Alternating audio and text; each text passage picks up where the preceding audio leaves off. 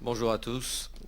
Euh, je voudrais tout d'abord vous remercier et vous redire à quel point la famille, ma mère, mes sœurs et moi-même sommes vraiment très, très sensibles à votre amitié et à votre présence ici. Je voudrais d'ailleurs aussi en profiter pour remercier le Centre communautaire de Paris et son responsable Rafi Marciano, euh, sans qui, sans qui cette commémoration n'aurait pas pu avoir lieu.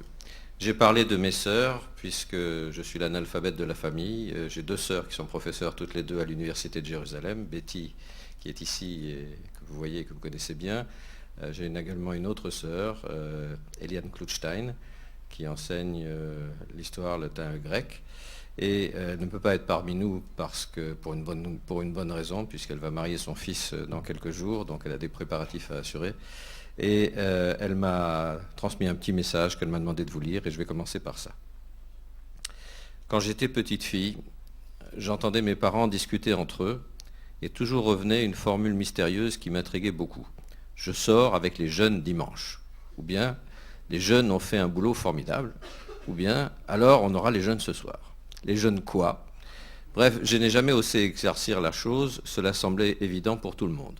Mais je sentais confusément que cela devait avoir à faire avec les absences répétées de papa et la vie de famille particulière que nous menions dans une maison ouverte à tous constamment.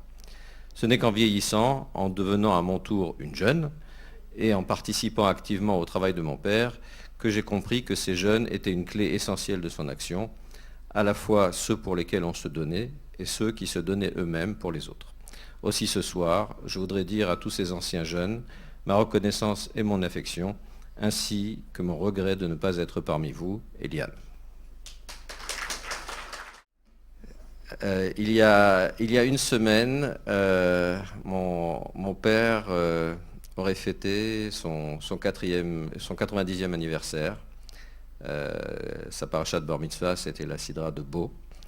D'ailleurs, petit clin d'œil, 90, c'est la Gumatria de Tzadik. Je ne vous fais pas un dessin. Je voudrais vous transmettre deux enseignements que j'ai entendus de mon père à propos de la Sidra Beau. La fin de la Sidra Beau, on retrouve deux des quatre parchiotes concernant les tefilines. Et lorsque j'étais encore assez jeune, mon père m'a fait remarquer que les tefilines de la tête, tefilines Shel Rosh, étaient dans quatre compartiments séparés, alors que les tefilines du bras étaient dans un seul compartiment. Et donc, avec exactement les mêmes textes, les quatre parchiotes du chemin, en me demandant pourquoi. Évidemment, j'avais cherché, je n'avais pas trouvé, et il m'avait expliqué, et je crois que c'est un éclairage sur son action, qu'on a toujours le droit d'avoir des opinions différentes, on a toujours le droit d'avoir des idées différentes, on a toujours le droit d'avoir Marloket le Shem Shamaim. Et donc là, il peut y avoir des aspects multiples, les gens peuvent être séparés les uns des autres. Quand il s'agit d'agir, quand ça vient au niveau de l'action, au niveau du bras, alors là, il n'y a plus qu'un seul groupe qui doit agir et tout le monde doit agir ensemble et dans le même sens. Je crois que c'est un bel éclairage sur sa vision des choses. Un autre enseignement sur la même Sidra, c'est le tout début. Il me faisait remarquer, pourquoi est-ce qu'il y a marqué Boel Paro, viens chez Pharaon. Dieu aurait dû dire à Moïse, va chez Pharaon, lech el Paro.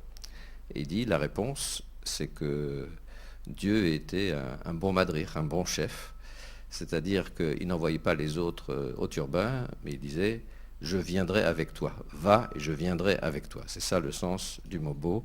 Et là, je crois aussi que c'est un éclairage. Il se trouve que nous sommes au lendemain de Tu Bishvat. Tu Bishvat, c'est le nouvel an des arbres. Vous savez que l'arbre est souvent comparé à l'homme. La Torah dit d'ailleurs, qui Adam et Tzasadeh. Et il y a beaucoup de traits communs entre les cultivateurs et les éducateurs. Dans les deux cas, ils élèvent. Le cultivateur fait monter de la terre physiquement les plantes, les graines, les arbres. L'éducateur fait monter moralement, spirituellement, ceux à qui il enseigne. Et ils ont en commun quelque chose auquel on ne pense pas souvent.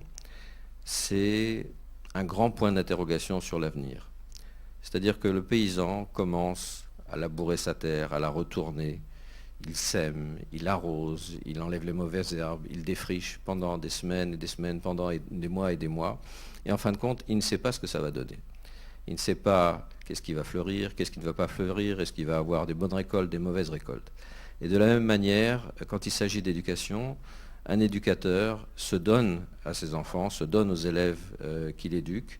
Il fait les mêmes efforts pour tous, mais en fin de compte, il faut des années, parfois des dizaines d'années, avant que se révèle la floraison, qu'on voit réellement quel est le résultat. Et c'est un petit peu à ça que je pense, en voyant tous ici les uns et les autres, qui avaient suivi des chemins et des voies extrêmement différentes. À un moment donné, il y a un cultivateur des personnes, Hossein Fachot, disons, qui s'est occupé de vous, qui était mon père, Zechono Livracha, et qui vous a aidé à pousser, à vous élever un peu plus. Chacun a suivi sa voie, chacun a été dans une direction différente, chacun a abouti à quelque chose de différent, mais en fin de compte, l'important, c'est qu'il y a eu ce résultat, qu'il y a eu cette floraison. Et je voudrais terminer en reprenant un peu quelque chose qui était dit. On a beaucoup cité la résistance. Je crois que une des caractéristiques de tous ces jeunes juifs qui se sont engagés dans la résistance à l'époque, c'était le type de questions qu'ils se posaient. La majorité des gens, pendant la guerre, se demandaient au petit matin, mais qu'est-ce qui va nous arriver? Les jeunes juifs engagés qui étaient dans la résistance disaient, qu'est-ce qu'on va faire? Comment on va s'organiser? Et c'est toute la différence entre ceux qui subissent et ceux qui agissent. On doit agir, même si on n'est pas sûr qu'on arrivera, où on arrivera, mais on sait qu'il faut faire avancer les choses. Pirkei Avot nous disent Lo alecha melacha ligmor. On sait qu'on n'arrivera jamais au bout, mais on doit faire avancer le schmilblick.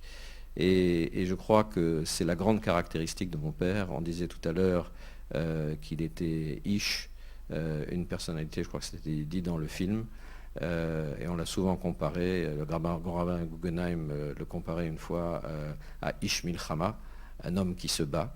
Et je crois que c'est le souvenir qu'il nous a laissé à tous, et c'est l'enseignement qu'on doit recueillir et qu'on doit essayer de transmettre et d'exécuter après lui. Tehi Nafshot Rabbi Tzroach Chaim.